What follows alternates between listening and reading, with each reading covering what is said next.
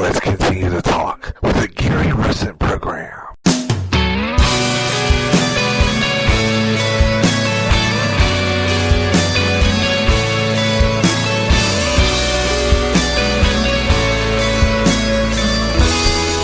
All right, back on the air, Gary Russen Program, wind down for today here on GJRB. Going to close out the show today, and thought we just kind of finish off with some interesting stories that I found before I left yesterday.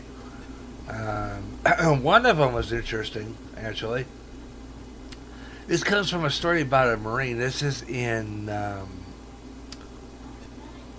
this is at Arizona. There's a McDonald's there, and the Marine saw the flag flying upside down at this local McDonald's, and it bothered him because usually when a flag is upside down, it means distress or a distress signal.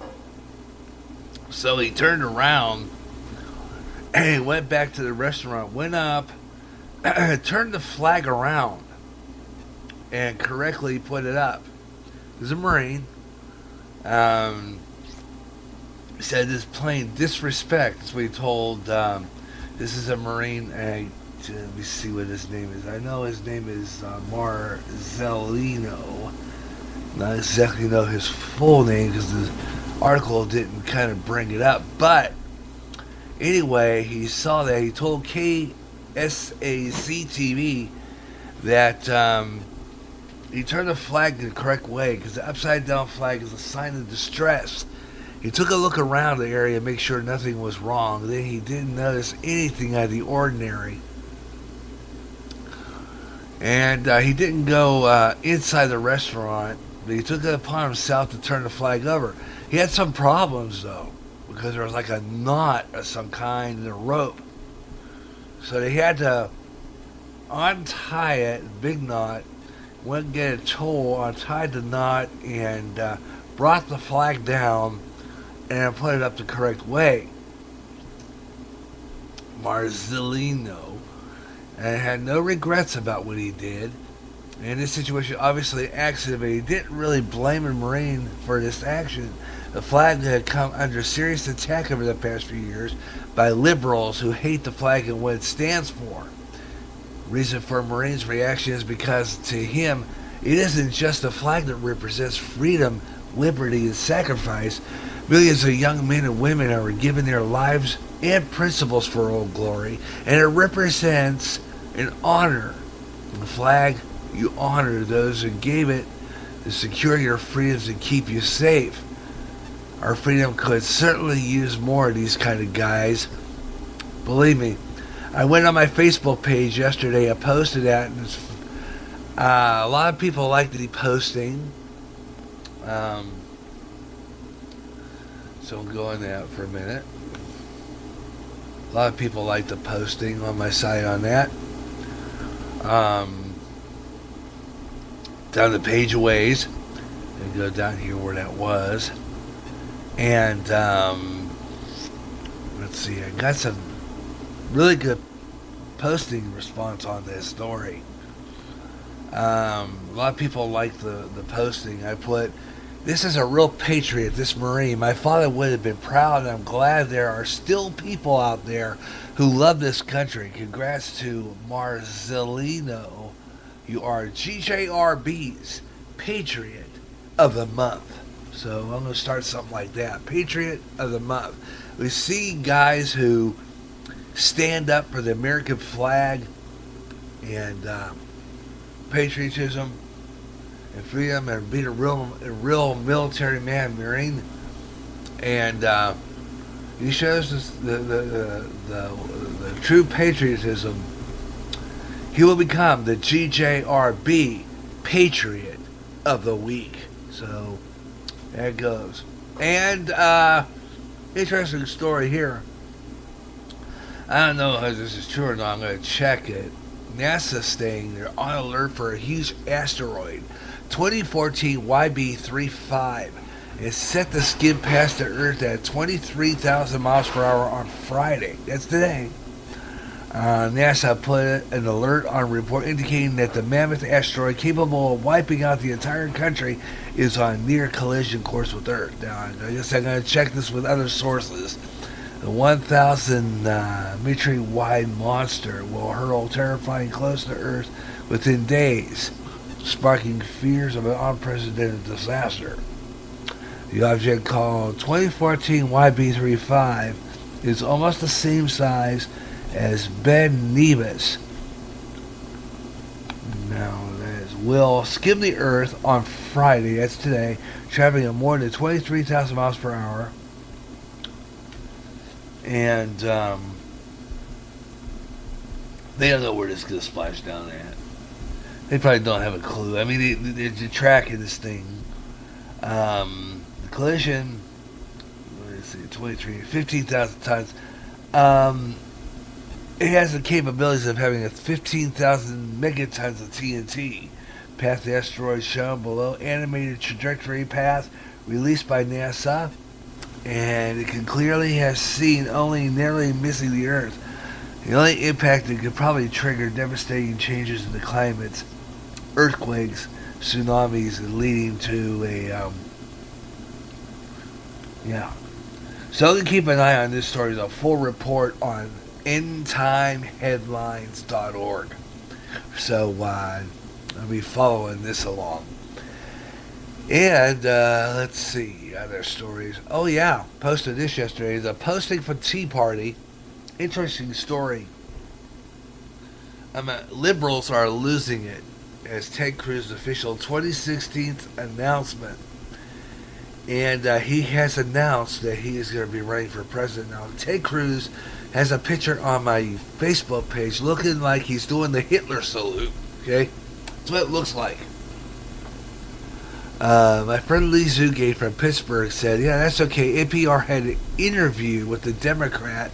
It said that the Democratic Party has no funded outlets like the Republicans do, and Fox and Rush Limbaugh. And he has it typed in funded in big letters with a question mark. Funded? Do they know what that exactly means?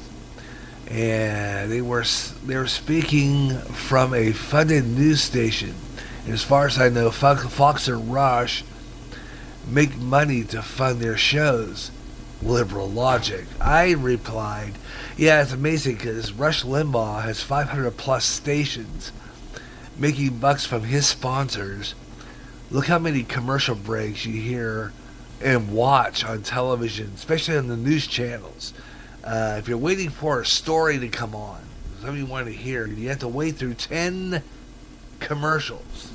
And I mean 10 commercials, 5 minutes worth. Yeah, they're funded. That was interesting. Comes from that, and see how many more. Also, from WPXI, this is the story I thought was fabulous. Janet Leach liked this, and it's a story about a high school student in Oklahoma. It's following a tornado that destroyed homes and leaving one person dead. God is still with us, and there's hope.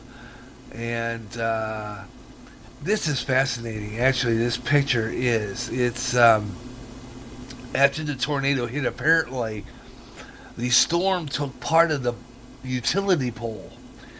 So it looks like the utility pole is hanging in midair. And it's only hanging by the high-tension wires it's hooked to. Just hanging there. It looks like a cross. It's fabulous. This is a picture taken by a teen in Oklahoma. And it went viral. Great picture. Because I shared the story out of Channel 11 out of Pittsburgh, WPXI. Let's see. Chase Rhodes is the name of the student from Moore, Oklahoma.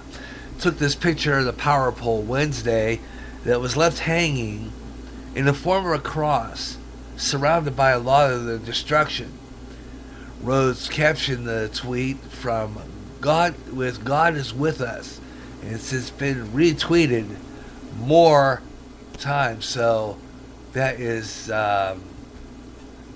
fabulous. That is a real neat story there.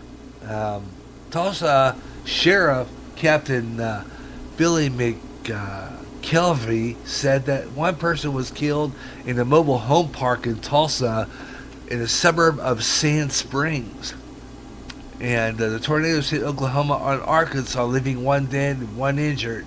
National Weather Service meteorologists are saying that the survey teams will be sent to assess the damage to Thursday. That is what likely a twister that hit Sand Springs. Governor Mary Fallin declared the state of emergency for 25 Oklahoma counties that were hit hardest by this storm, including the state's two largest, Oklahoma and Tulsa counties. And wow, Tulsa County. They Fallin quotes here saying that we're still assessing the damage across more and Yukon, other areas in the state, especially in Tulsa. Touring the elementary school in Oklahoma City, the suburb of Moore, which they had their share of a bad tornado a couple of years back. That roof was torn off millions, so they're used to it down there.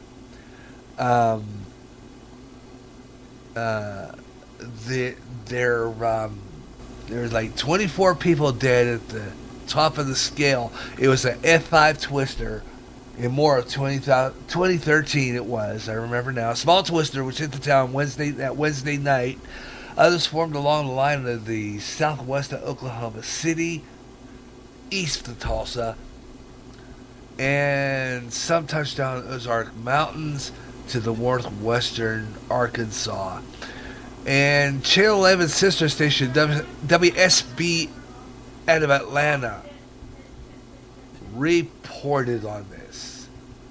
Really fabulous, breathtaking picture there. So if you like that, you can post on to my Facebook page if you're a follower. And I will post it in other places too, so you can see that tornado. It's amazing. And before I had that beginning of the show, the opening newscast, news and commentary, I posted about Sergeant Bergdahl, and I said it's treason. You know, I'm sick of people who turn their backs on America. I'm glad if you leave your post and go. I'm glad he got it. If you leave your post and go to the other side, it's treason. And that's all there is to it. And we already have another like on that from Janet Leach. And good news for X-Files fans, especially me, because I'm an X-Files fan. It's coming back. So is Coach. Heard this the other day, too. Coach is returning. Anyway, the X-Files back. And they're going to return along with Coach. That's another good series. That's another good show. So Coach making a return. And I think they said ABC Fox is doing the X-Files. They're bringing that back. So that's some of the interesting things that go on. And I'm going to reboot this page and see if there's any other postings. Let's see. My friend Raymond Leach. Hi Ray, if you're listening today. He had a story here. Brilliant idea. If a person records an incident involving a peace officer, this is posting.